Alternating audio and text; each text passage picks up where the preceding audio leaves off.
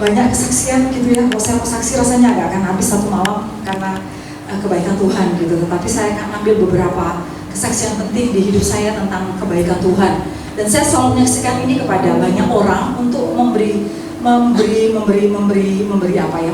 kepada banyak orang bahwa Allah bisa menolong kita itu dengan berbagai macam cara gitu ya.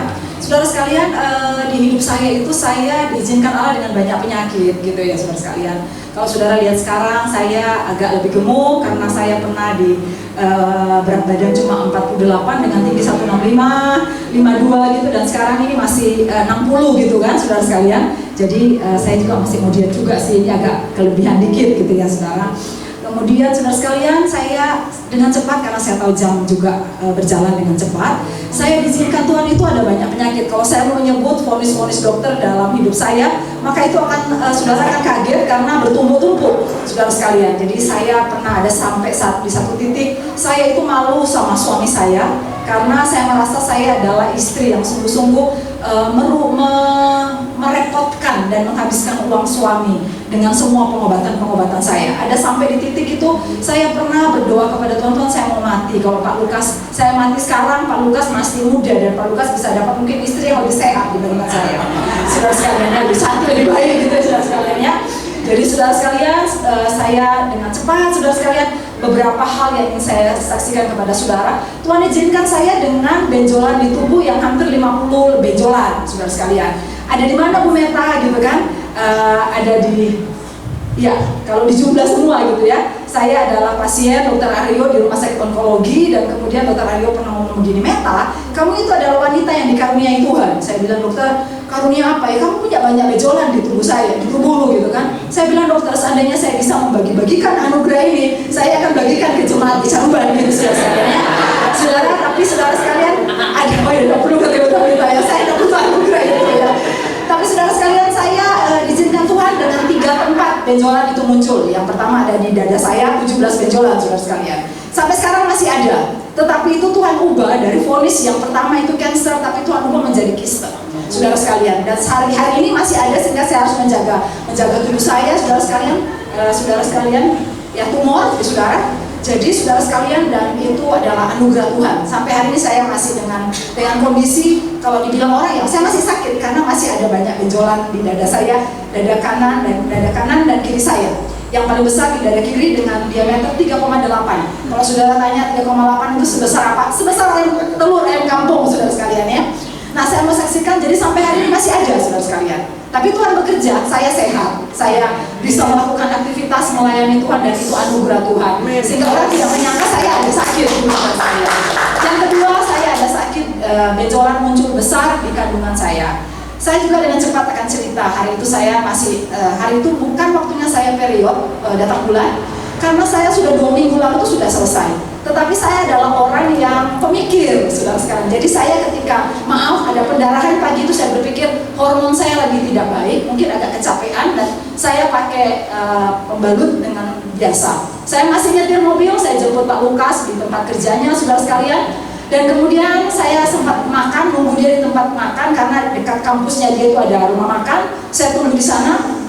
Hari itu sekali lagi saya pakai pembalut saudara sekalian ya. Dan saya kaget karena di tempat duduk itu sudah penuh dengan darah, alias saya mengalami pendarahan hebat. Sehingga saudara, singkat cerita, saya dibawa ke satu rumah sakit swasta di Surabaya, langsung di USG semua, dan ada benjolan besar. Dan hari itu saya divonis harus operasi saudara sekalian. Dan kemudian saya bilang tidak, saya pulang dulu karena saya harus ngomong ke orang tua saya. Papa saya hamba Tuhan, papi mami Lukas hamba Tuhan juga, dan saya harus minta doa dulu sebelum mengambil keputusan apapun saudara sekalian. Tetapi setiap kali kita ada sakit yang agak final gitu saudara sekalian, agak mengerikan, saya selalu mengambil second opinion. Jadi saya akan ke dokter yang berbeda saudara sekalian, tapi rumah sakit yang sama, rumah sakit swasta dengan kualitas yang sama, satu adiusada, satu RKZ saudara sekalian. Besoknya tidak sampai 24 jam saya ke RKZ, saya kemudian USG lagi, dan saudara sekalian dalam 1x24 jam. Malam itu kami ada doa, dan pagi itu ketika diperiksa, kandungan saya itu sembuh oleh tidak ada lagi benjolan, dan kandungan saya bersih oleh karena kuasa Tuhan. Saudara bisa menangkap perbedaan pertama yang kedua, yang pertama saya masih dengan benjolan yang bertumpuk-tumpuk, tetapi sampai hari ini Tuhan menyertai saya. Yang kedua, Tuhan ambil semua benjolan di tubuh saya, saudara sekalian, di dalam kandungan saya. Yang ketiga, tiba-tiba di sebelah kiri saya, saudara sekalian, timbul benjolan yang cukup besar, sehingga saudara sekalian, Pak Lukas masih pelayanan oikumene di Manado, Natal oikumene, saudara sekalian, dan ada satu saudara fotografer tuh sempat ngambil, dan itu jadi foto yang saya simpan sampai hari ini, karena itu saya sempat tidak bisa mendengar dan bukan tidak bisa berbicara.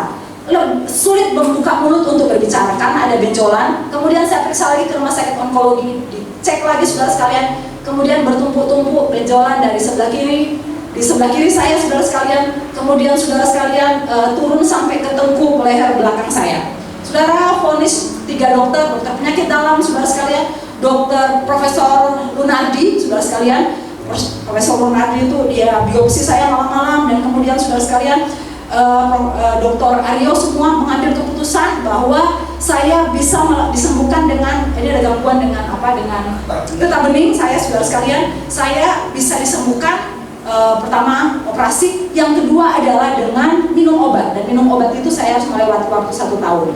Dengan 3 dokter itu ngomong benjolan di sebelah kiri tidak akan hilang. Saya tidak terlalu khawatir karena saya sudah laku, saudara sekalian, sehingga kecantikan tidak terlalu kita kejar gitu ya. Yang penting sudah laku, saudara sekalian ya. Tapi ya cukup berpikir juga gitu kan. Jadi saudara sekalian, setiap bulan saya ke dokter, saya periksa, saya ngambil darah satu-satu ampul begini setiap bulan, saudara. Waktu 1 minggu pertama penggunaan obat itu saya dites, saya bisa melewatinya dengan baik. Tetapi setelah 1 minggu kemudian, saudara sekalian, saya melewati 1 bulan kemudian, saya melewati minum obat itu, saya hampir tiap malam itu tumpah karena obat itu adalah obat yang sangat keras. Tapi syukur kepada Tuhan terlewati. 3 bulan, saudara sekalian, dokter bilang tidak mungkin hilang, tapi 3 bulan semua benjolan di tubuh saya itu hilang, termasuk tidak ada bekas apapun, saudara bisa melihat. Saudara sekalian, saya menyampaikan Tuhan itu bisa menyembuhkan kita langsung. Tuhan bisa memberi kekuatan kepada kita ketika kita ada dalam persoalan kita, walaupun kita tetap dengan masalah kita, pasti kita akan bisa lewati karena Tuhan. Dan Tuhan juga bisa bekerja seperti yang ada waktunya Tuhan. Saya punya gangguan di belakang, saudara sekalian, tulang belakang sebelah kiri, saudara sekalian. Kalau cerita banyak sekali buta-buta sakitnya di tulang belakang sebelah kiri, saudara sekalian, dan itu hanya bisa diobati dengan operasi karena itu ada L4 itu sudah bengkok, saudara sekalian, dan saya hanya bisa minum painkiller untuk menahan rasa sakit ketika itu kambuh, saudara sekalian. Jadi saya bisa bertugas sementara khotbah, tiba-tiba karena minum painkiller dalam kondisi sakit, saya bisa ngantuk dengan sangat, itu karena painkillernya adalah yang kuat gitu ya. Saudara sekalian, waktu berlalu, saudara, dan kemudian saudara sekalian, saudara, saya ada gangguan bukan di tulang belakang tapi di lutut, karena saya ada kelainan di lutut sebelah kiri, dan sekarang sudah dua-dua, saudara sekalian, namanya overflexibility, saudara sekalian, dan itu dokter sudah pernah vonis, kamu usia 40 kalau kamu tidak jaga, kamu bisa lumpuh. Pak Lukas sudah pernah cek ke klinik Jakarta untuk penggantian lutut saya, saudara sekalian, tapi saudara, hari itu saya cek, dan kemudian saya pakai klinik ortopedi yang di belakangnya Nirota, saudara sekalian, dan kemudian dicek di sana, dan kemudian dokter bilang cek lagi di sini, dan kemudian saudara tahu enggak, yang L4 yang di belakang ini, saudara sekalian, itu sudah disembuhkan Tuhan. Saya tidak tahu kapan Tuhan operasi, tetapi kan tulang itu ada bukti, saudara, yang dokternya sama, dokter di klinik ortopedi, karena saya pelanggan udah bertahun-tahun di situ dengan banyak kelainan tulang rawan juga, saudara sekalian, kontrolitis, saudara sekalian, ya ada banyak, saudara sekalian. Oke, ini yang terakhir. Walaupun sebenarnya kalau mau saya cerita masih banyak, saudara sekalian. Saya mau cerita, saudara sekalian. Saya mengalami gangguan, saudara sekalian, di saraf keseimbangan saya. Jadi kita punya saraf ke-7 itu yang ada di belakang telinga, dan saya punya saraf keseimbangan di sebelah kiri saya itu sudah tidak berfungsi. Jadi orang dengan saraf keseimbangan yang lurus seperti ini, ketika normal, saudara sekalian, lurus ya. Normal ketika dia membengkokkan kepala, sarafnya akan ikut, atau noleh begini, sarafnya akan mengikuti kepalanya. Tetapi orang seperti saya, ketika dia begini, saudara sekalian, kepalanya sudah seperti ini, sarafnya tidak bekerja atau bekerjanya perlahan, dan itu mengakibatkan sakit. Saya sudah pingsan, saudara sekalian, di berbagai tempat di Surabaya, saudara sekalian. Mulai dari PP, Matahari, di Pasar Turi, saudara sekalian, bandara, sudah Pak Lukas sudah bolak-balik angkat. saya, saudara. Kalau saya bisa bawa mobil, sekarang bahkan bisa nyetir sampai ke Jogja, kemana, dengan kondisi seperti ini, itu anugerah Tuhan, saudara sekalian. Nah, saudara, waktu saya punya dokter, namanya dokter, mungkin Bu Tabita tahu atau Bapak tahu ya, dokter Sartono, saudara sekalian. Dokter Sartono itu adalah dokter saraf Siloam, dan saya itu ketergantungan dengan dokter Sartono.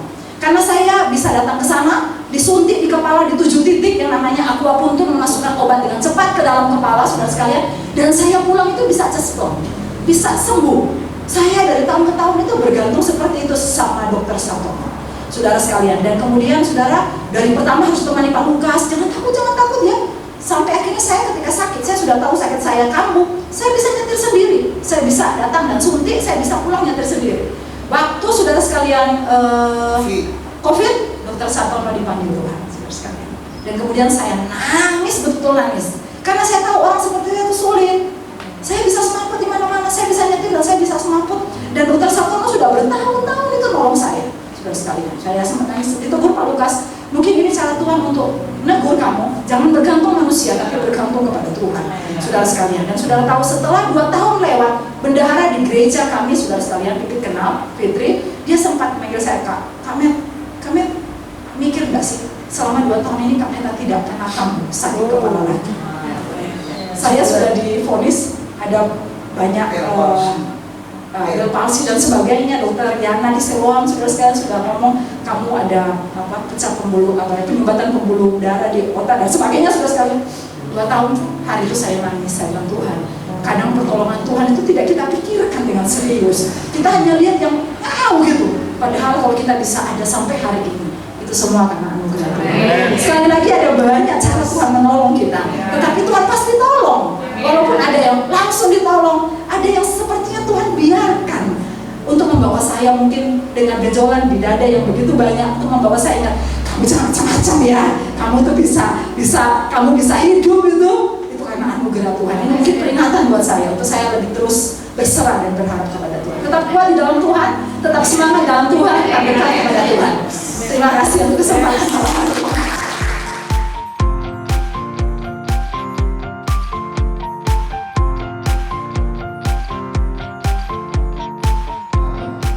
Ibu sudah dikasih Tuhan, sebelum saya nyampaikan firman Tuhan, saya ingin juga berbagi, mengucapkan terima kasih kepada Bu Tabita, Pak Rudi, dan Ko Bambang, saudara satu lagi yang bisa sebut, Ibu Dwi, Bu Lova, ya Bu Lova, dan seluruh pengurus Haruf, ya, iya, yang betul tuh Kafruta, iya, saudara. Jadi itu huruf cat. Harusnya kalau H ada titiknya di bawah, tapi kalau nggak ada titiknya KH, jadi Kaharuf, yang artinya kebersamaan yang persahabatan. Iya. Saya dosen bahasa Ibrani, Bapak Ibu, ya, saya hafal, ya puji Tuhan lah ya, itu kira-kira Bapak Ibu. Jadi terima kasih, tidak apa-apa. Sebetulnya transliterasi harufnya juga nggak salah Bapak Ibu, tapi biasanya ada titiknya untuk membedakan antara huruf H dengan huruf cat namanya. Tapi kalau karufta itu pakai cat gitu. Oke ya. Nah mungkin pakai terjemahan yang lain-lain, yes, oke lah saudara-saudara, itu hal yang biasa. Karena buku bahasa Ibrani itu ada yang dari itu kan ditransliterasikan itu. Nanti kita akan belajar ini sedikit-sedikit ya Bapak Ibu saudara ini. Tapi oke ya saudara-saudara, karufta is oke ya saudara, karufta oke. Yang penting saya tahu maknanya, saudara juga tahu maknanya gitu kan. Nah itu ada perubahan-perubahan sih. Salom pakai H atau pakai Y, Shalom atau Salom. Nah, itu dua-duanya benar juga gitu ya Bapak Ibu. Kenapa? Karena transliterasi bahasa Indonesia. Ya yang nggak boleh itu kamu sudah ganti kamiu, nah itu jangan ya, terutama sedikit ya. Jangan manggilnya kamiu, jangan. So, nah Bapak Ibu sudah dikasih Tuhan, saya mengucapkan terima kasih untuk undangannya, juga untuk hospitality-nya, saudara. Saya ditempatkan di hotel yang baik, saudara, itu wow. Terima kasih juga tadi sesiang-siang dengan Ko Bambang dan Cincin. Nah, ya, saya diajak makan ke sana, makan ke sini. Kalau nggak di stop bisa berbahaya ya, meledak pada waktunya. Nah, Bapak Ibu terima kasih. juga kesempatan yang diberikan dua malam kita bisa bersama-sama. Nah Bapak Ibu saudara yang dikasih Tuhan, tidak usah memperpanjang waktu. Kita akan belajar firman Allah dari Kejadian 17 ayat 1. Kita akan lihat satu nama dari Allah yang biasa kita nyanyikan. Ya, ini El Shaddai. Yuk kita baca sama-sama 1, 2, 3. Wah, itu saudara ternyata sudah bisa bahasa Ibrani semua. Saudara langsung bisa baca El Shaddai. Kok tahu? Ya karena lihat di bawahnya, gitu ya. Nah Bapak Ibu, itu kalau orang Yahudi, orang Ibrani membaca tulisan Ibrani dari kanan ke kiri. Kemarin saya sudah ngomong. Jadi ini yang L yang sebelah kanan. Ya Alef, Sere, kemudian Lamet, Sin, Dalet. Kenapa ada titiknya Pak Lukas? D-nya double, makanya Shaddai itu harusnya D-nya double. Kemudian yang sebelah sana itu Yod. Jadi Yod itu huruf Y gitu, ya. Tapi bacanya El Shaddai. Nah, Bapak Ibu kita baca ayatnya next. Ayatnya saya ada. Kalau Bapak Ibu senang buka Alkitabnya, kita baca bersama dengan bersuara ya. Ayat 1 bersama-sama. 1, 2, 3. Ketika Abraham berumur 99 tahun, maka Tuhan menampakkan diri kepada Abraham dan berfirman kepadanya, Akulah Allah yang Maha Kuasa, hiduplah di hadapanku dengan tidak bercela. Yang percaya katakan. Nah, Bapak Ibu, kata Allah yang Maha Kuasa itu sebetulnya El Shaddai. Ya, next. Satu saya tunjukkan kepada saudara. Nah ini kalau yang tadi, kembalikan dulu, itu terjemahan baru Alkitab saudara. Nah bagi yang punya HP, bisa Bapak Ibu menambah versi. Jadi lihat sebelah kanan, kemarin saya ajari pakai yang gambar kaca pembesar itu. Nah di sebelahnya itu ada TB. TB itu bukan tuberkulosis, ya, tapi TB itu terjemahan baru. Nah kalau diklik, nanti versinya muncul semua. Nah tinggal nambahin aja, tapi Bapak Ibu perlu data untuk download. Nah gitu ya. Nah Bapak Ibu kan Allah yang Maha Kuasa, terjemahan baru. Tapi kalau di ILT, nah ini ILT itu dekat-dekat dengan Alkitab, ya bahasa Ibrani gitu kira-kira ya. Bunyinya begini. Yuk kita baca sama-sama. 1, 2, 3. Ketika Abraham berusia 99 tahun, Adonai menampakkan diri kepada Abraham dan berfirman kepadanya, Akulah, nah itu Allah yang Maha Kuasa, El Shaddai, hiduplah di hadapanku dan jadilah sempurna. Nah next, supaya cepat Bapak Ibu, kata El Shaddai itu dari dua kata sih, El dan Shaddai. El itu adalah bentuk sederhana dari Elohim, bacanya mestinya Elohim gitu.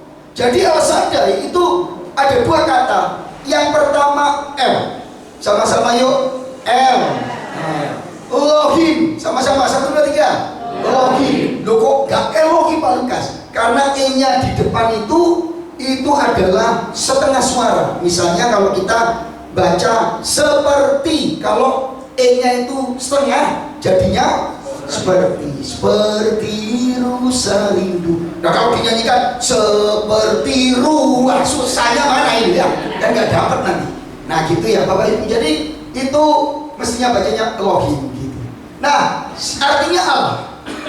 Elohim itu artinya Allah Bapak Ibu. Nah bentuk pendeknya El. Sedangkan Shaddai itu dari kata kerja. Verba itu kata kerja. Sada, sama-sama yuk, Sada, ya, yang artinya adalah dia dulu mengalahkan atau dia dulu menghancurkan. Nah gitu, kira-kira begitu Bapak Ibu. Nah banyak yang menafsirkan, terutama dalam pandangan orang-orang bule, orang barat gitu. Saudara teologi itu kan ada barat, ada timur gitu. Nah itu biasanya mereka larinya ke bahasa Akadia. Kata Sat itu bisa gunung, tapi juga maaf ya, dalam konotasi tertentu buah dada gitu. Makanya ada buku-buku yang pendeta yang ngomong, oh El Shaddai itu artinya Tuhan yang Maha Kuat, tapi sekaligus lemah lembut seperti ibu, karena dia menyusui anaknya. Nah kan tapi kan buah dada dan menyusui kan tidak ada gunanya. Nah gitu ya Bapak Ibu. Tapi sebetulnya tidak perlu terlalu jauh begitu, karena ternyata orang Yahudi juga memikirkannya itu Shaddai. El Shaddai itu dari dua kata, Elohim itu Allah, Shaddai itu mengalahkan, menghancurkan. Dan konsep mereka adalah kalau Allah itu kuat, Allah itu mengalahkan segala-galanya, maka bisa diterjemahkan atau dimaknai El Shaddai adalah Allah yang maha kuasa. Yang setuju katakan amin. Nah, sebab itu Bapak Ibu sudah dikasih Tuhan, nama El Shaddai itu adalah Allah yang maha kuasa. Saudara percaya Allah kita Allah yang maha kuasa, amin? Di dalam Yesus, amin? Nah, Bapak Ibu sudah dikasih Tuhan, hari ini kita akan belajar tentang nama Allah yang bisa El Shaddai, Allah yang maha kuasa, dari konteks Kejadian pasal yang ke-7. Saudara-saudara yang dikasih Tuhan, saya pakai ilustrasi. Saudara, apa sih artinya sebuah nama? Bapak Ibu semua punya nama di sini. Saudara, satu kali di sekolah dasar di Caruban sini, saudara, ya lebih desa sana, Klecorejo masuk, gitu ya. Saudara, ada guru SD lagi absensi muridnya. Dewi, nama Jawa itu kan ini. Dewi, saya Pak. Oke. Pipit, nah ini udah tahu Pipit ini karena burung ya, oke. Pipit. Oke, angkat tangan. Bejo, Putri. Ada satu nama, tapi kan panjang. Pipit namanya siapa? Pipit Agus Cahyo Wibowo. Kumpul semua saudara ya, diborong sama dia. Ya, ada lagi ternyata satu orang namanya unik, Tono Suhartono M. Dibaca, Tono Suhartono M. Saya Pak, gurunya dia aneh-aneh, gurunya masih muda, bapak-bapak. Tono, ya Pak, namamu itu Tono Suhartono M. Iya Pak, ngomong sama bapakmu ya. Ini yang ngasih nama bapakmu. Iya Pak, bapak saya. Ngomong, kebanyakan tononya. Karena tono itu artinya bermakna apa ya? Berharga. Coba cek nanti ya di bahasa Jawa. Tono Suhartono M. Kebanyakan tono. Namanya bapakmu siapa? Tono. Oke. Tapi ini kebanyakan tono, ngomong bapakmu. Gue Pak, saya nanti ngomong bapak saya. Terus selesai mau dibaca, dilihat loh. Lah M-nya apa? Dia jawab sambil malu-malu, Martono. Bapak Ibu sudah dikasih Tuhan nama, itu punya makna, betul nggak sih? Bapak Ibu, kenapa sih kita dikasih nama? Paling nggak ada dua.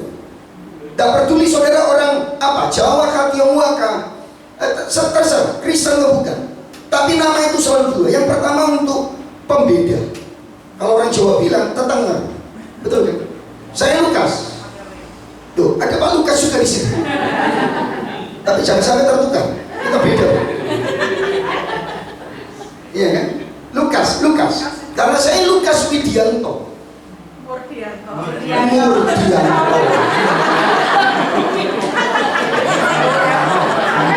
Tuh, sebentar. Ini podcast saya nggak bisa lanjut kalau saudara rame. Saya nggak ada hubungan darah dengan dia. Ya, satu Tuhan. Bapak Ibu saya kasih tahu, kenapa saya dan dia berbeda?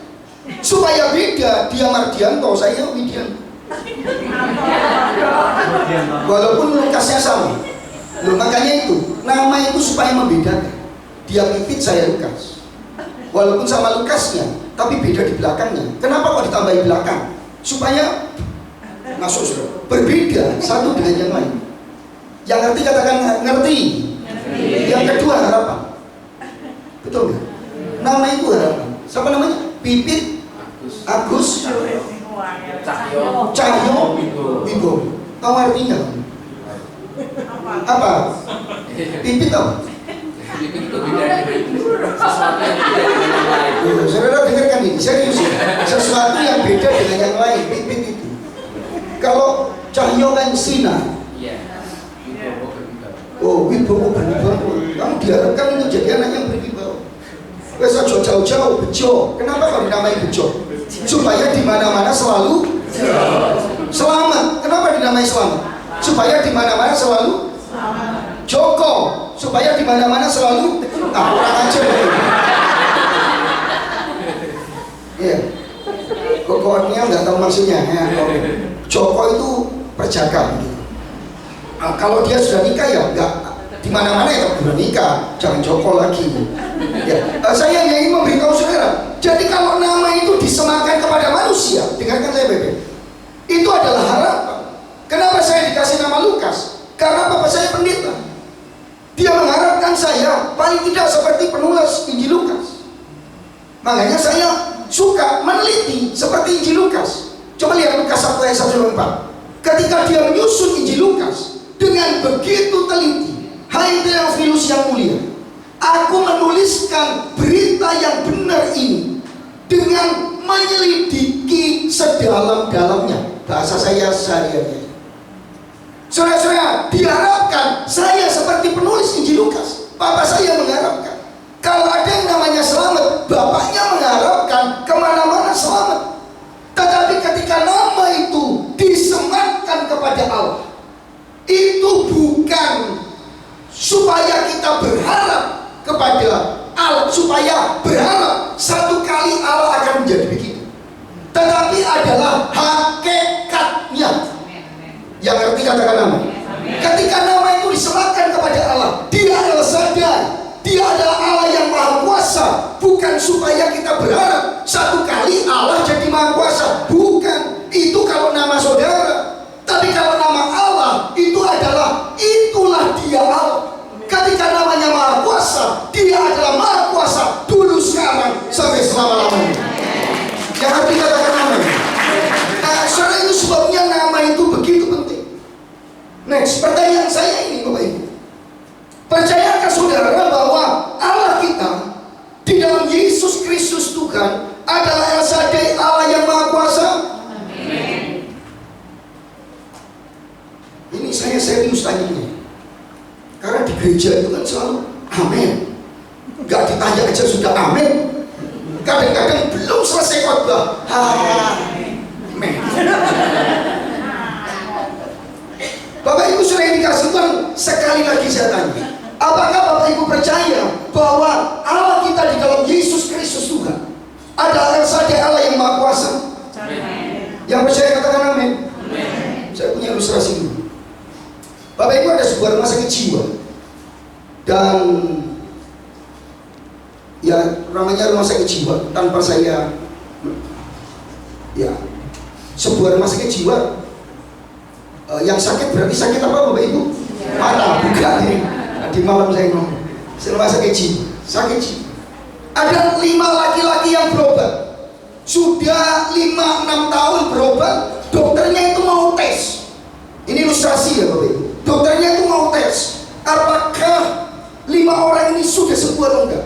Tapi dokternya itu agak bandel, nakal. Jadi semua 5 orang ini dibawa ke belakang rumah sakit. Di belakang rumah sakit itu Bapak Ibu ada kolam renang. Ada apa? Nah, 5 orang ini diajak renang, tapi dokternya nakal. Kolam renang yang pendek itu, yang kira-kira ya 1 meteran aja, itu dikosongi, gak ada airnya. Jadi nanti akan disuruh lompat.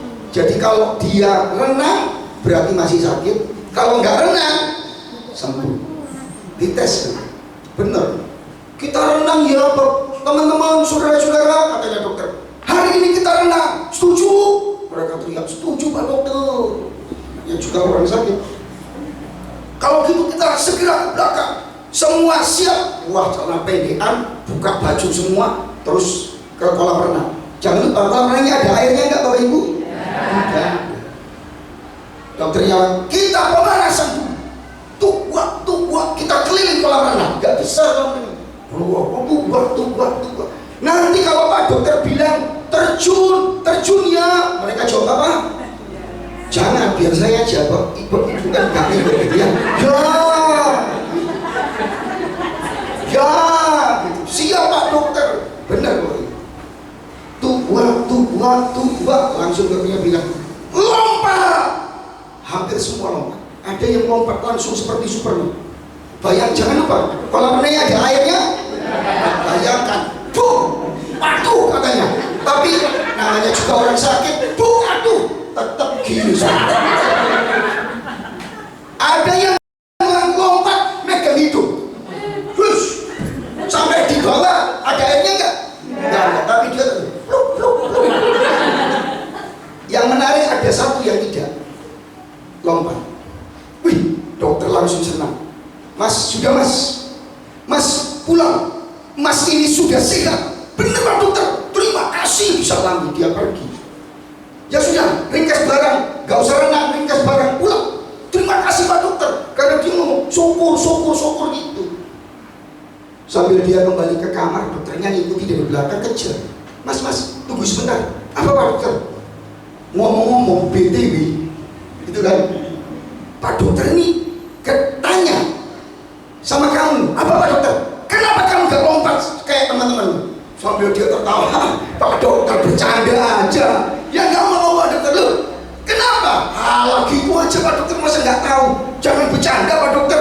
Sambil jalan, tapi dokternya agak ngotot. Mas tolong ya. Pak dokter ini pengen tahu, kenapa kamu gak kena? Pak dokter gitu aja kok tanya toh. Saya nggak renang tuh Pak dokter, karena airnya dingin Pak dokter. Langsung dijawab, renang. Langsung belum. Halo, dengarkan saya, sederhana. Dengarkan saya. Saya tanya lagi. Saudara percaya bahwa Allah kita di dalam Yesus adalah El Shaddai, Allah yang Maha Kuasa? Yang percaya ngomong amin dengan sungguh-sungguh. Kenapa nggak kelihatan di hidup kita? Saudara, kenapa sih orang yang sakit jiwa itu lompat walaupun kolam renangnya ada airnya nggak? Nggak ada.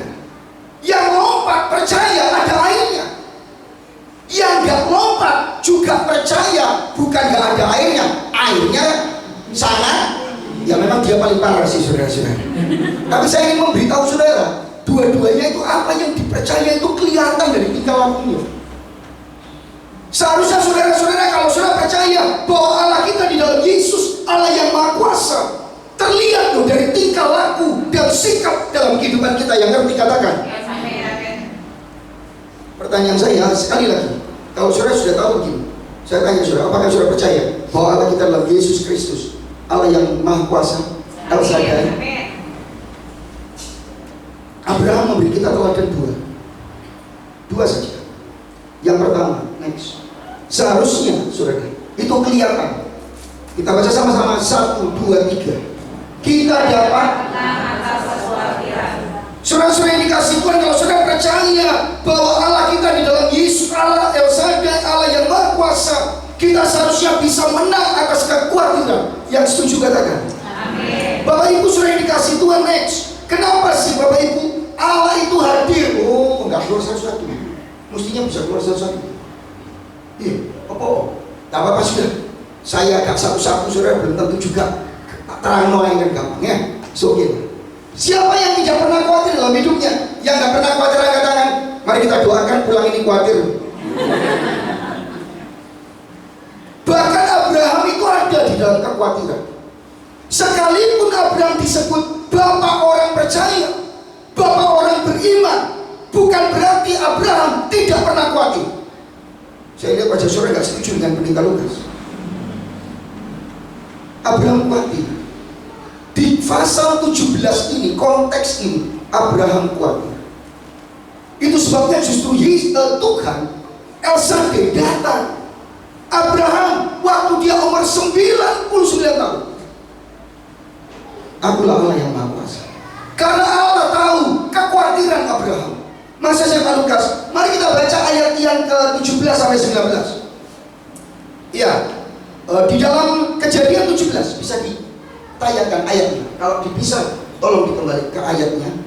Pasal 17 ayat yang ke-17. Ayat yang ke-15, Kejadian 17. Saya akan berhenti banyak di situ. Kejadian 17 ayat 15 dan 16, 17. Saya bacakan ya. Bapak Ibu perhatikan ya. Selanjutnya Allah berfirman kepada Abraham tentang istrimu Sarai. Janganlah kau menyebut dia lagi Sarai, tetapi Sarah itulah namanya. Ayat 16. Lihat janji Tuhan diingatkan lagi. Ini penting. Aku akan memberkatinya dan daripadanya aku akan memberikan kepadamu seorang anak laki-laki. Bahkan aku akan memberkatinya sehingga ia menjadi ibu bukan cuma satu anak laki-laki, tapi nanti istrimu itu ibu bagi bangsa-bangsa, terus raja-raja bangsa-bangsa akan lahir. Wow. Jadi ayat 17 sama-sama kita baca, kita tafsirkan barengan. Tuh ya, Pak Pendeta itu enak toh. Kalau ada yang gak setuju, kita cari kesetujuan bareng-bareng. Kita baca ayat 17 sama-sama. 1, 2, 3. Lalu tertunduklah Abraham dan tertawa serta berkata dalam hatinya, mungkinkah bagi seorang yang berumur 100 tahun dilahirkan seorang anak? Mungkinkah Sarah yang berumur 90 tahun melahirkan seorang anak? Saya tanya ayat 17 ini. Abraham percaya atau bimbang? Ya. Walaupun dia disebut orang beriman, bapak orang beriman. Loh, ayat ini loh Bapak Ibu. Respon Abraham ayat 16. Sarah akan melahirkan anak, nanti ibu bagi bangsa-bangsa. Ayat 17. Lalu tertunduklah Abraham dan jadi kalau Bapak Ibu membaca ayat 1 pasal 17, ketika Abraham berumur 99 tahun, maka Tuhan menampakkan diri kepada Abraham. Bukan kebetulan, karena Allah tahu Abraham khawatir, Abraham ragu-ragu, karena janji ini sudah diberikan di pasal 12 ayat 1 sampai 3. Siapkan aja nama. Tahukah saudara? Gak heran Tuhan datang lagi di umur 99 tahun. Makanya kalau dikembalikan ke khotbah saya aja, ke khotbah saya aja, ke khotbah saya. Nah, saudara, bayangkan saudara, sudah 24 tahun sejak janji Allah pertama disampaikan. Di pasal 12 ayat 1 sampai 4, Abraham keluarlah dari Ur Kasdi, aku akan memberikan tanah kepadamu, aku akan memberkati, memberikan kamu keturunan. Berulang kali malah. Pasal 12 diulangi pasal yang ke-15. Dan itu jaraknya 24 tahun loh Bapak Ibu. Loh kok tahu Pak Lukas? Coba lihat pasal 12 ayat yang ke-4. Saya bacakan aja supaya cepat. Lalu pergilah Abraham seperti yang difirmankan Tuhan, dan Lot pun ikut bersama-sama dengan dia. Abraham berumur berapa? 75 tahun ketika ia berangkat dari Haran. Tadi di pasal 17 umur berapa? 99. Kurangan loh. Berarti 24. Mana janjimu Tuhan? Ada di sini yang yakin janji Tuhan. Mana janjimu Tuhan? Ada kekhawatiran. Kepada yang khawatir seperti ini, Tuhan datang dan berkata, Abraham, aku akan sadar Allah yang Maha Kuasa, yang bisa menjadikan yang tidak ada menjadi ada, yang bisa mengadakan, yang kuasanya tidak terbatas dulu, sekarang, sampai selama-lamanya. Saya mau saksikan, istri saya udah saksi duluan, dan kesaksian istri saya itu sungguh-sungguh. Nanti saya akan ulangi satu bagian aja, lebih detail. Bapak Ibu sudah dikasih Tuhan, dan ini yang terjadi. Bisa dikembalikan ke khotbah saya. Bukan cuma nunggu 24 tahun loh. Belum ada tanda-tanda si Sarah mengandung. Gak ada tanda-tanda. Pengen kecut-kecut. Betul ya? Orang kalau hamil pengen kecut-kecut. Gak selalu sebetulnya saudara. Istri saya itu gak hamil juga kecut-kecut, senang. Saya juga senang. Saya juga gak pernah hamil. Yang kedua, Abraham dan Sarah sudah lanjut, makanya ditanyakan, masih mungkinkah memiliki keturunan? Umur Abraham berapa? 99. Sarah tadi 90. Ada ibu-ibu di sini. Saya lihat yang rambutnya putih, ada ibu di sana. Umur berapa, Bu? Yang baju biru. Ibu umurnya berapa, Bu? Umur 59. Oh 59. Oh masih muda. Kalau kita dicat lagi aja, diwarnai hijau, keren. Saya juga pengen separuh hijau, separuh merah. Tengah kuning sebenarnya.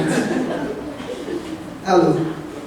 Yang umur di sini 70 ada, angkat tangan. Oke. Bayangkan tante yang umur 70 terus kasih kesaksian. Bapak Ibu doakan besok saya akan periksa ke bidan. Kok saudara tertawa? Bapak Ibu sering dikasih Tuhan, bayangkan di tengah-tengah usia yang seperti ini. Tapi Tuhan menghampiri dan berkata, Abraham, kamu yang udah tua, tapi aku yang sadar, Allah yang Maha Kuasa, yang percaya katakan. Siapa yang enggak kuat? Kalau gini. Dan jangan lupa di pasal 18 ayat 11, bukan hanya usianya tua, supaya cepat ya, saya silakan baca karena ayat-ayatnya ada di situ. Pasal 8 ayat 11 sangat jelas. Sarah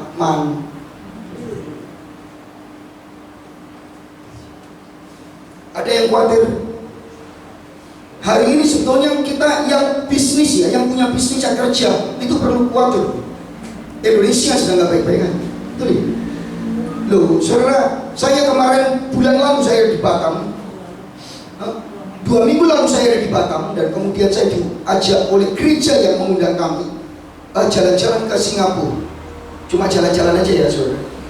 Begitu pokoknya pakai tur gitu. Jadi sampai di Pulau Sentosa nggak masuk, cuma di bundarannya yang Universal Studio itu, yang planet itu. Setelah foto 5 menit, ayo kembali ke sana. Lu gak masuk ah? Enggak, barang murah saudara. Minta masuk, gak boleh Pak. Saya tahu, bensin hampir 50.000 di sini. Saya haus sekali karena panas saudara. Ini jalan-jalan cari gratisan semua gitu kan. Panas, saya sama istri saya, kita beli minum. Ada orang jus yang kita beli 1 jus. Gak ngerti-ngerti oh, lu dihitung 100.000 jus. Coba buka di Caruban, jus apokat 100.000, lihat payu. Saya genah. Halo, siapa yang gak khawatir dengan tantangan kesulitan hidupmu? Saya gak tahu bagaimana saudara khawatir. Tetapi Tuhan mengingatkan Abraham dan mengingatkan kita bahwa Dia adalah El Shaddai, Allah yang Maha Kuasa, yang percaya katakan. Saudara, kesaksian istri saya karena mau cepat-cepat, kesaksiannya di semua ini penyakit-penyakit.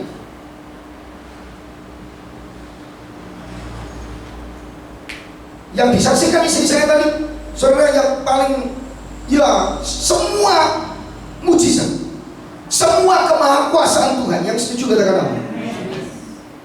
Ada yang minum obat men, tapi yang benjolan di rahim itu betulan. Jadi saya harusnya janjian, jadi kami nggak keluar-keluar. Saya tuh ya nggak pernah pacaran gitu kan, mesti pacaran lah gitu. Jadi saya ngomong istri saya, jemputan saya, kita pergi ke mall. Selesai saya mengajar, udah berapa bulan ini nggak ke mall. Ya datang dia. Tapi kalau diem aja, nah itu loh, laki-laki itu kadang-kadang kan kurang peka sama istri. Betul ya? Betul nggak? Oh, ibu-ibu sih ngomong mesti betul. Kalau bapak-bapak kan nggak kerosok gitu. Nah saya nggak kerasa. Tiba-tiba istri saya nggak jadi jalan-jalan. Loh kok? Lalu dia berdiri, tempat duduknya itu untung kain, bukan kain, tapi apa namanya, kulit imitasi. Sehingga itu darah semua. Nah ini rumah makan. Langsung dilapi pakai tisu basah. Dan celana istri saya sudah darah semua, jeansnya. Kemudian kita telepon temannya dokter, beberapa teman dokter, Bapak Ibu, salah satunya di Siloam, di S2 dia. Nah, kemudian dia ngomong, Meta, kamu pergi sekarang, ini paling pas. Kalau pendarahannya lagi, ini ya, gak bisa, sudah ganti 4-5 kali ini. Terus, keluar terus. Dan ini bukan periodnya. Oh ya kamu segera, saya antar. Ya tadi Kak Adi saja. Periksa dokter umum dulu. Saya nggak mau langsung spesialis kandungan, enggak. Saya selalu umum dulu. Coba dilihat umum apa sih? Jangan-jangan ini cuma periodnya mundur, bisa kan? Dokternya juga jadi khawatir. Wah saya kira ini perlu ditangani. Lalu kita ke spesialis kandungan. Begitu masuk ke spesialis kandungan, istri saya dicek. Semua dicek, kemudian dokter spesialis kandungan ngomong USG, paling aman USG. Begitu USG selesai, saya lihat saya dipanggil, saya di luar. Pak, wah, saya sudah nggak enak hati. Saudara, benjolan yang di sebelah kiri, dada kiri itu memang pertama kali. Jadi kami itu benjolan yang di rahim itu yang kedua. Sehingga kami cukup kaget, tetapi ya sudah pernah mengalami. Kalau yang pertama yang di dada itu saya jujur ya gemeter. Istri saya gemeter. Karena nggak ada angin, nggak ada hujan. 3 bulan sebelum benjolan di payudara istri saya, itu tante saya benjolannya hanya seujung kuku loh, kuku saya ya. Itu di diagnosa, tapi kan bukan karena benjolannya sebenarnya, tapi akar yang menyebarnya ini. Di diagnosa tante saya itu stadium 3B. Maaf, dadanya payudaranya harus diambil sekaligus getah benihnya di onkologi. Istri saya seteluran kampung, apa enggak gemeter? Dan dokternya ngomong, ini tumor, pilihannya ganas atau jinak. Saya tanya lagi, dok, karena takut, ini tumor kan dok? Dokternya ngamuk, saudara, karena saya tanya itu lebih dari 7 kali. Saudara tahu maksud saya itu kami sosolan, bukan nggak percaya dokternya, tapi dokternya salah paham gitu. Dokternya berdiri gebrak meja di depan saya. Kok ini nggak percaya? Saya ini dokter 27 tahun, megang ini, nggak mungkin salah. Kalau salah, saya nggak mau jadi dokter ini lagi. Gitu. Lalu saya ngomong, dok, saya itu takut, makanya ini latah, kami sosolan gitu. Jadi, ini tumor ya dok, ini tumor ya dok, gitu saudara, saya ketakutan. Istri saya tambah gemeter, gitu. Kita cuma berdua. Nah, saya mau ceritakan, Tuhan membuat mujizat. Saya nggak mau cerita yang itu, saya mau cerita yang di rahimnya.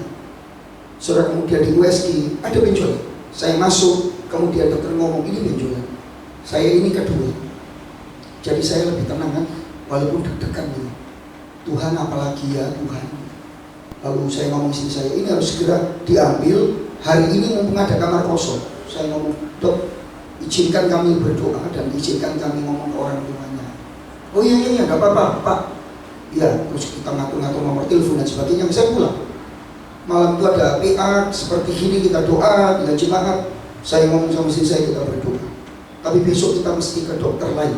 Maksudnya itu second opinion. Mau onkologi atau mau RKZ? Dia bilang RKZ aja. Langsung ke RKZ pagi waktu itu. Maaf, berdarahnya masih ada. Kemudian masuk ke ruangan, di ruangan itu. Kemudian istri saya ngomong, saya nggak masuk saya di luar berdoa. Kamu yang masuk nanti panggil waktu selesai USG. Saya pastikan USG. Iya. Terus akhirnya dia ngomong dokter, nggak ngomong kalau ada benjolan ya. Lalu USG, betulan USG. Begitu USG-nya datang, istri saya masuk, saya juga gak masuk. Saya hanya tunggu, kamu aja yang masuk.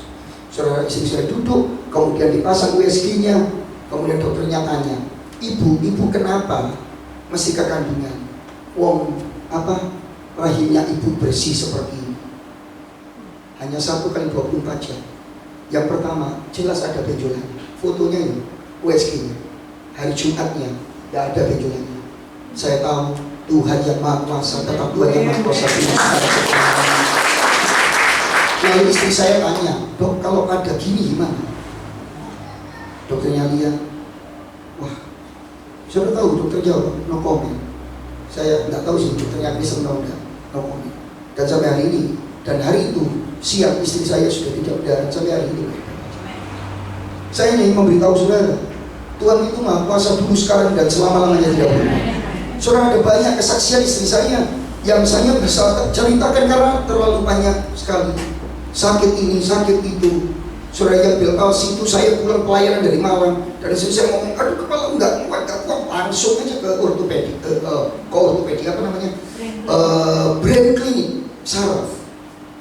Dan Tuhan tolong, kalau enggak istri saya kayak Rama Karma itu, bel palsi ya, saudara. Dokternya ngomong, untung Pak ini dibawa ini.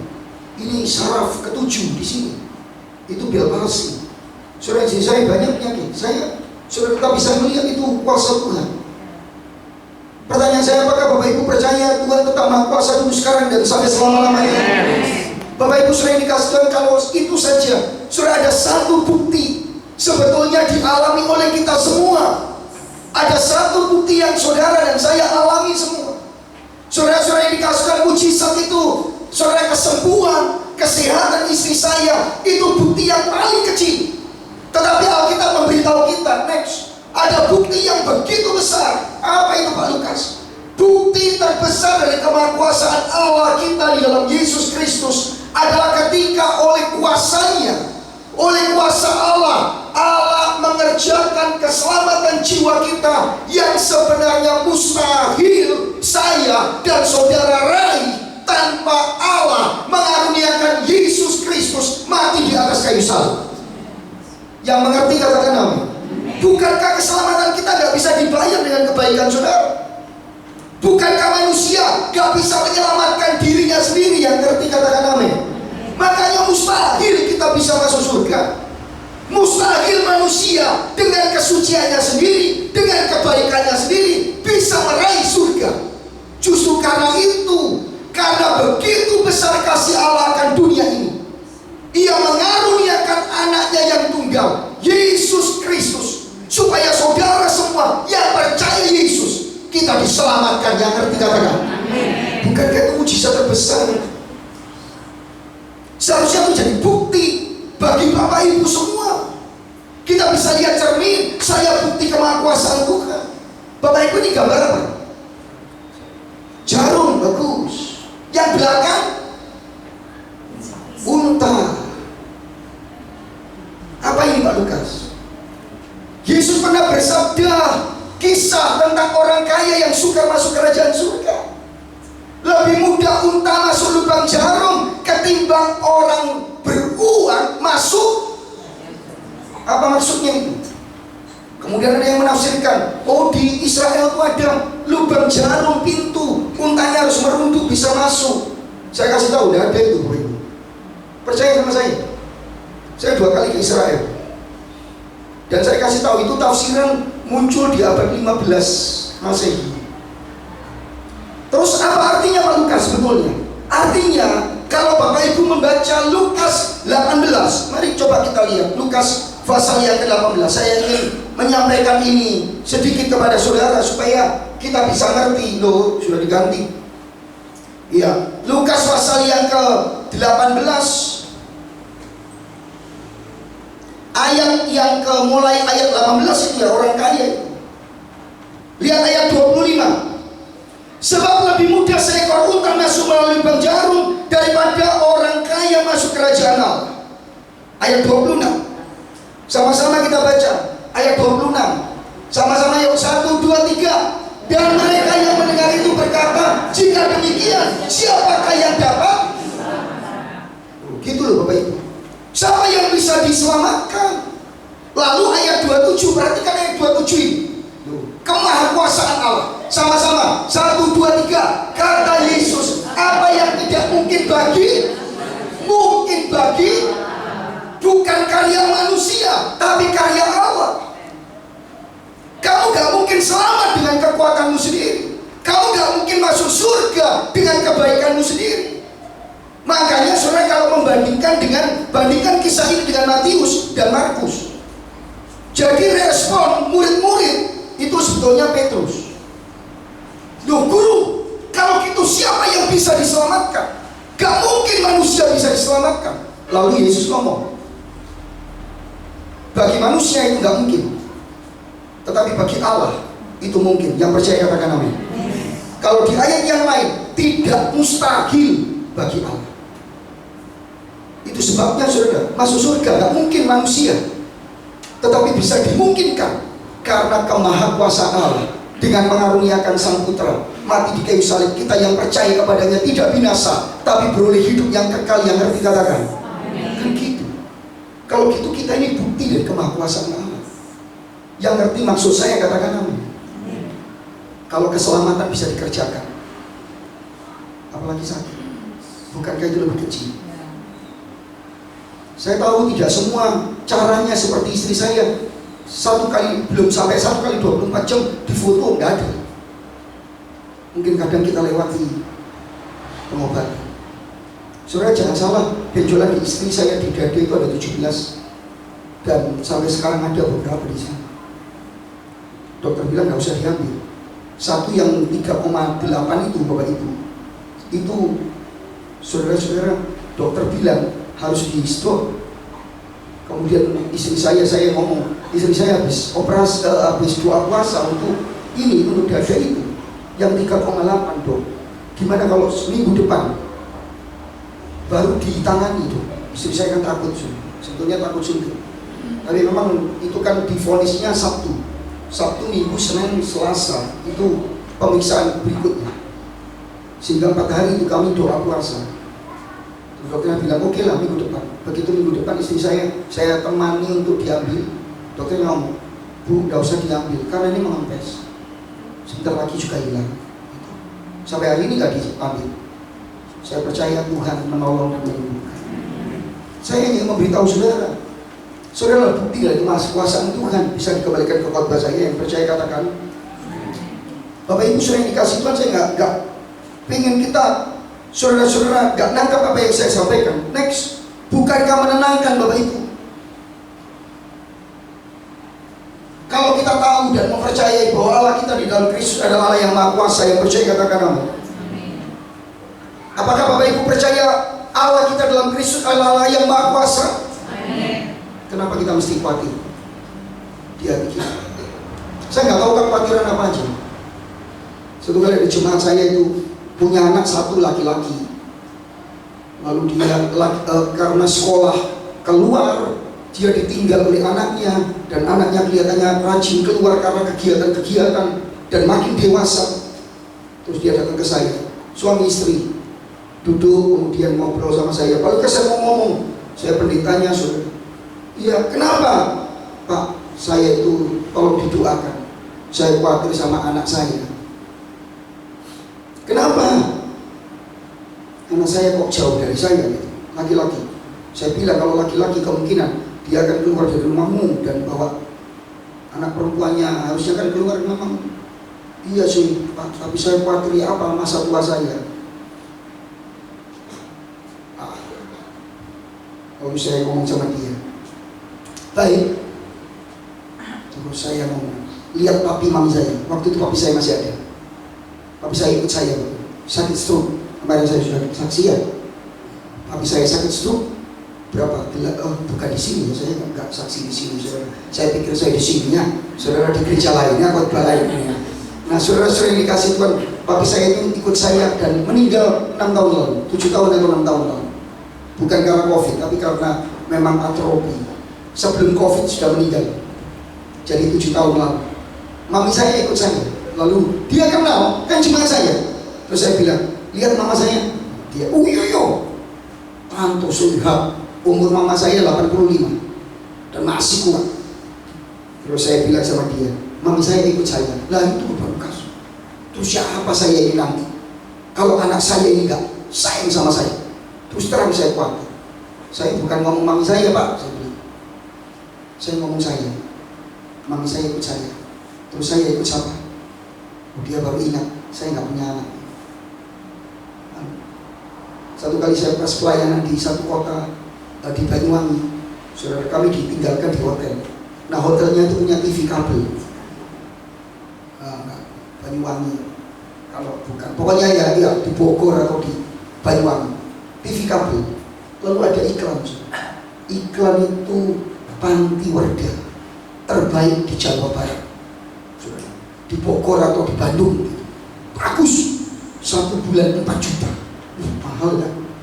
Saya lalu istri saya ngomong sambil baring-baring, Pak, ya apa kita lihat tuwek, kita jual semua yang ada, kita tinggal di situ, lalu entek duit, nah kan 4 juta tiap bulan, terus kita melo sopo, lah malah gelandangan nanti ya. Saya cuma bercanda aja, terus saya peluk dia. Halo, bukankah Allah kita Maha Kuasa? Berapa banyak kita yang khawatir hari ini? Pertanyaan saya satu, kenapa kita kalah sama orang-orang yang tadi? Gak ada airnya mereka cebur, karena mereka percaya ada air. Yang gak nyebur,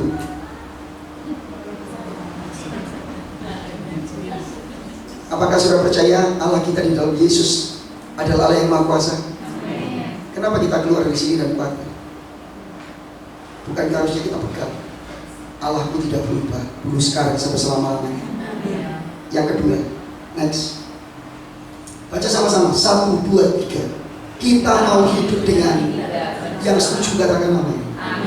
Next. Saudara, ayatnya dengan jelas berkata bahwa kita harus hidup di hadapannya dengan tidak bercelah. Kita baca sama-sama. Ketika Abraham berumur 99 tahun, sama-sama. Maka Tuhan menampakkan diri kepada Abraham dan berfirman kepadanya, Akulah Allah yang Maha Kuasa, hiduplah di hadapanku dengan. Saudara, kemahakuasaan Tuhan itu menuntut kekudusan hidup umatnya. Yang setuju dengan saya, katakan. Saudara, ini bukan, jangan dibalik. Saya hidup kudus supaya saya jadi umat Allah. Salah. Karena saudara sudah umatnya Tuhan, karena saudara sudah punya perjanjian dengan Tuhan, seperti Abraham dengan Tuhan. Tuhan ngomong, hiduplah dengan tidak bercoba.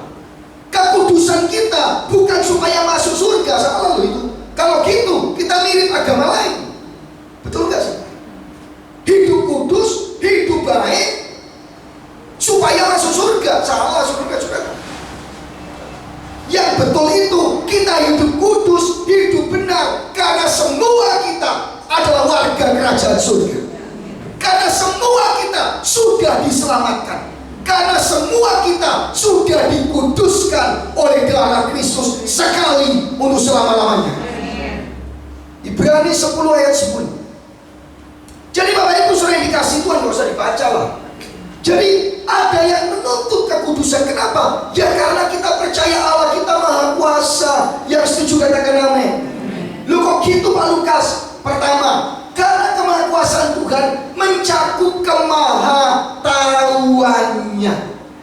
Hiduplah di hadapanku dengan tidak bercela. Dalam bahasa Ibraninya itu adalah hithalek lepanai wehyetami. Supaya kelihatan kalau dosen bahasa Ibrani kan gitu. Artinya apa Pak Lukas? Selamat hari Natal dan tahun baru.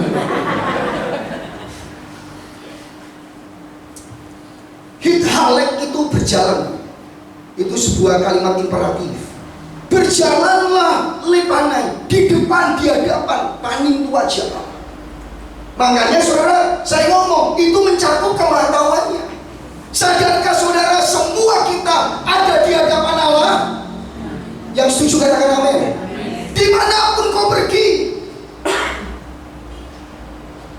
Saya sendiri, kalau ini saya datang sendiri. Hampir aja saya datang sendiri. Istri saya nggak ikut karena ada pelayanan Kamisnya. Ternyata minggu depan, puji Tuhan, Tuhan atur baik. Saya nggak pernah pergi tanpa istri. Bukan takut, tapi yang ngatur pakaian nggak ada, saudara-saudara. Pendeta males saya pasti ada yang ketinggalan atau apa. Pernah saya pelayanan ke luar pulau sendiri, tinggal di rumahnya pendetanya itu di luar pulau. Saya pulang, istri saya ngamuk-ngamuk, ini baju mana, kaosmu yang ini, kaosmu yang ini. Nggak lama kemudian pendeta itu foto pakai kaos saya, saudara-saudara. Dan dia merasa dia beli kaos itu. Oh Tuhan Yesus tolong. Loh itu dipakai sama temanmu itu. Terus tak tanya, itu kaosmu? Iya, aku beli di sana. Wah ngawur kaosku itu. Tapi yang pendeta itu bukan maksud menghai ya. Mungkin dia juga lupa itu saya beli atau kan kaos itu banyak saja. Ya saya juga nggak menuduh dia. Bapak Ibu sudah dikasih Tuhan, kembali kepada firman Allah. Dimanapun kita dilihat oleh Tuhan, yang setuju katakan amin. Bahkan kalau sendirian di kamar. Yang percaya Tuhan, saudara, ada di hadapan Tuhan, katakan amin. Bagaimana mungkin kita nggak hidup kudus? Kemahakuasaan menuntut hidup kudus.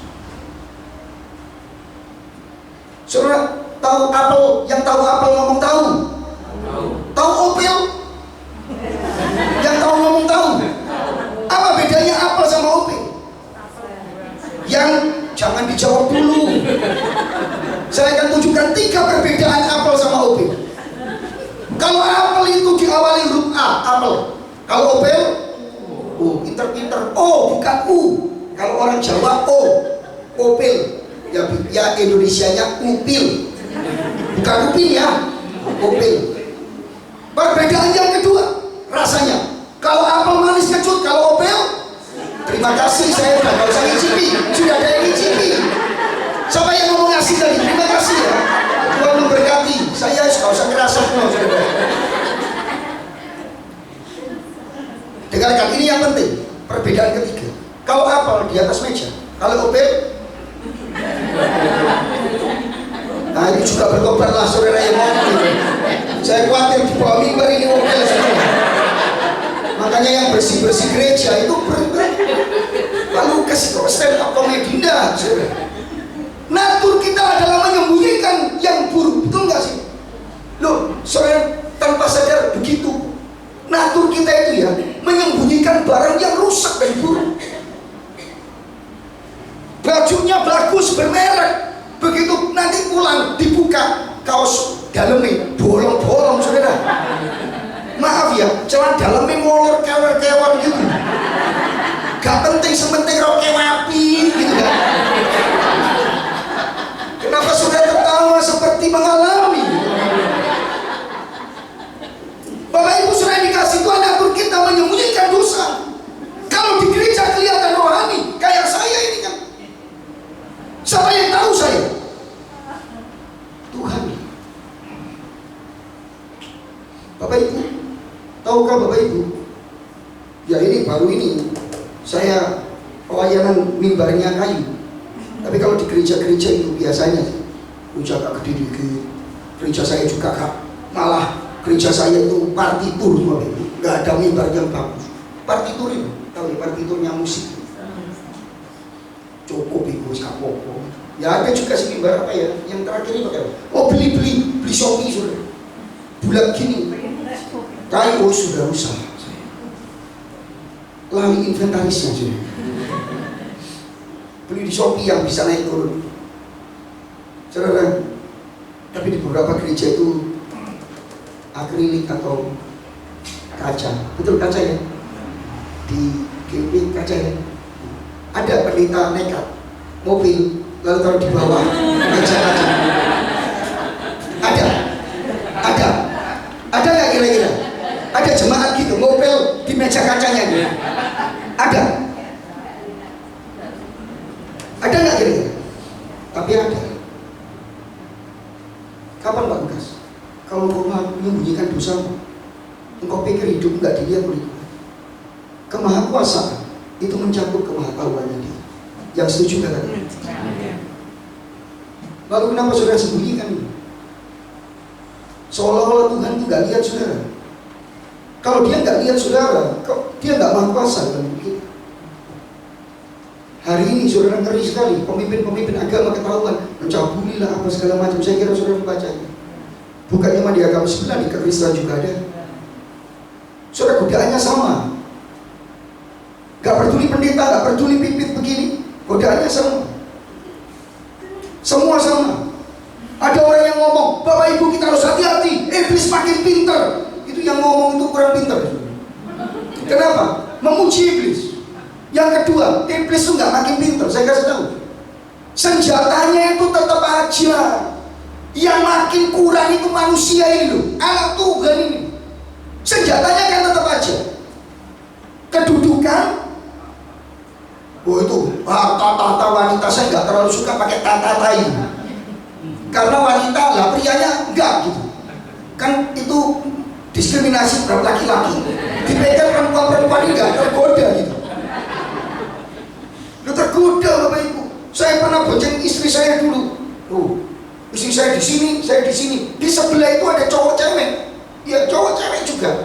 Naik motor yang sama di lampu merah. Ceweknya liatin saya.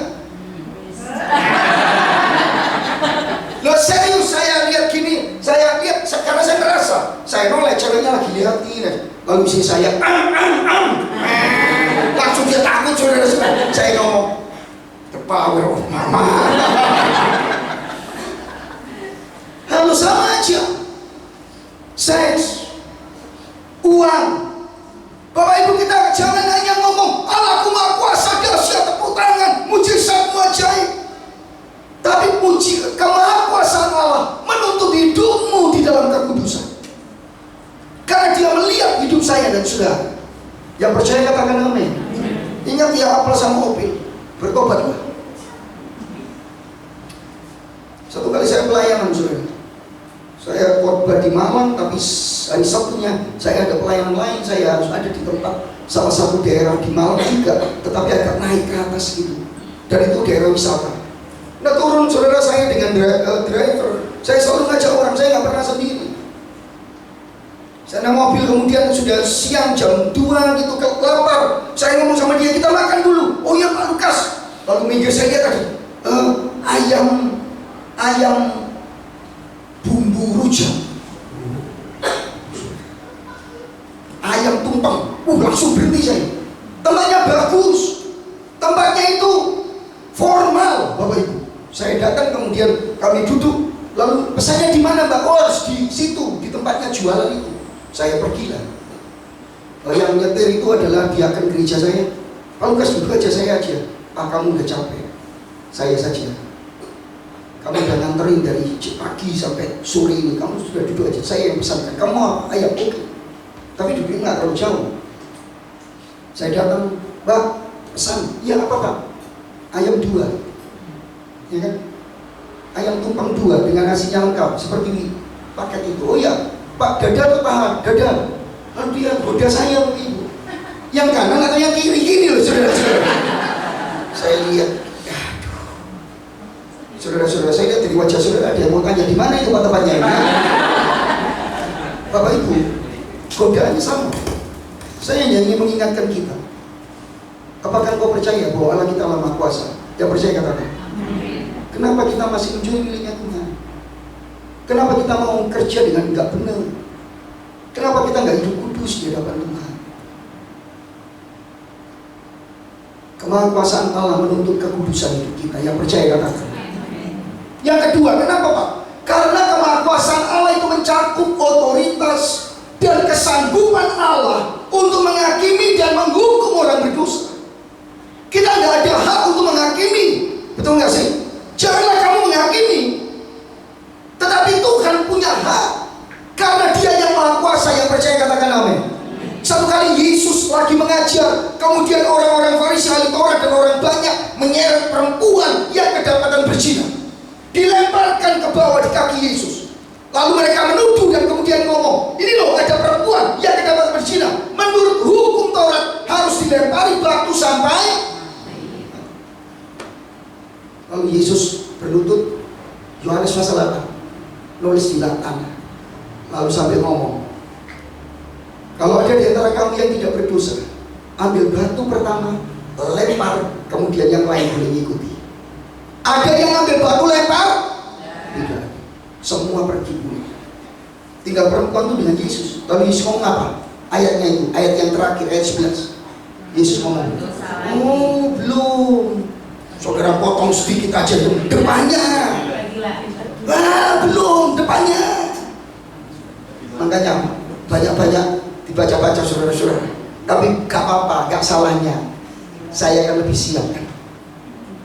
Omongnya gini, hai perempuan, apakah ada yang menghukum kau? Perempuan itu jawab, tidak ada guru, tidak ada Tuhan. Lalu Yesus jawab, aku juga. Apa maksud Yesus? Aku berhak menghukum kamu. Aku berhak melempar batu yang pertama, lalu kamu mati. Tapi aku tidak mau melakukannya karena dosamu aku tanggung di atas kayu salib. Yang percaya katakan. Tuhan berhak menghukum. Lalu pergilah, jangan berbuat dosa. Saya tidak khotbahkan bagian itu ya. Cuma saya hanya ingin memberitahu Tuhan berhak menghukum. Makanya Yesus tidak ngomong pergilah jangan berbuat dosa lagi, enggak. Tapi Yesus menekankan, aku juga tidak. Penting itu kalimat itu. Aku juga tidak menghukum kamu, walaupun aku berhak. Karena aku adalah Sang Maha Kuasa itu sendiri. Yang percaya katakan. Bapak Ibu saudara yang dikasih Tuhan, yang percaya Tuhan Maha Kuasa katakan amin. Mari kita hidup kudus ya. Jangan menghukum kuasa Tuhan saja, tapi kehidupan kita nggak mengakui kemahakuasaannya. Tapi berita baiknya, berita Injilnya next, terakhir itu. Kemahakuasaan Allah bukan hanya menuntut kita hidup benar dan kudus di hadapannya, tetapi sekaligus memberi penghiburan dan kekuatan Karena hanya oleh kuasa dan kesanggupan, karena oleh kemahakuasaan dan kesanggupan Tuhan Yesus Kristus, saudara dan saya dapat hidup benar dan kudus di hadapannya. Yang percaya katakan.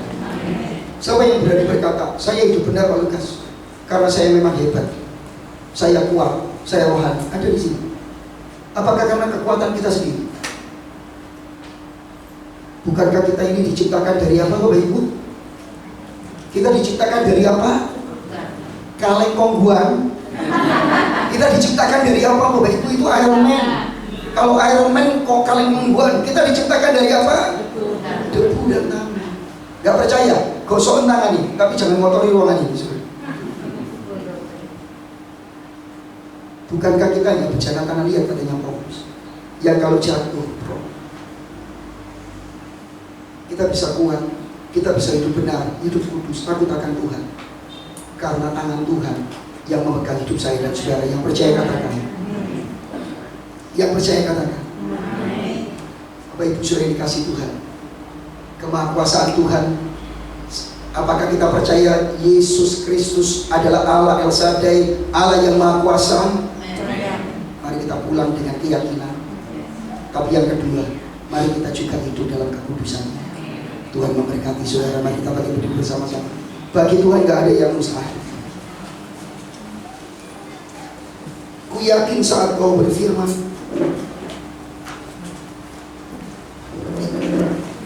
kita nyanyikan pujian ini, kita bagi berdiri bersama-sama.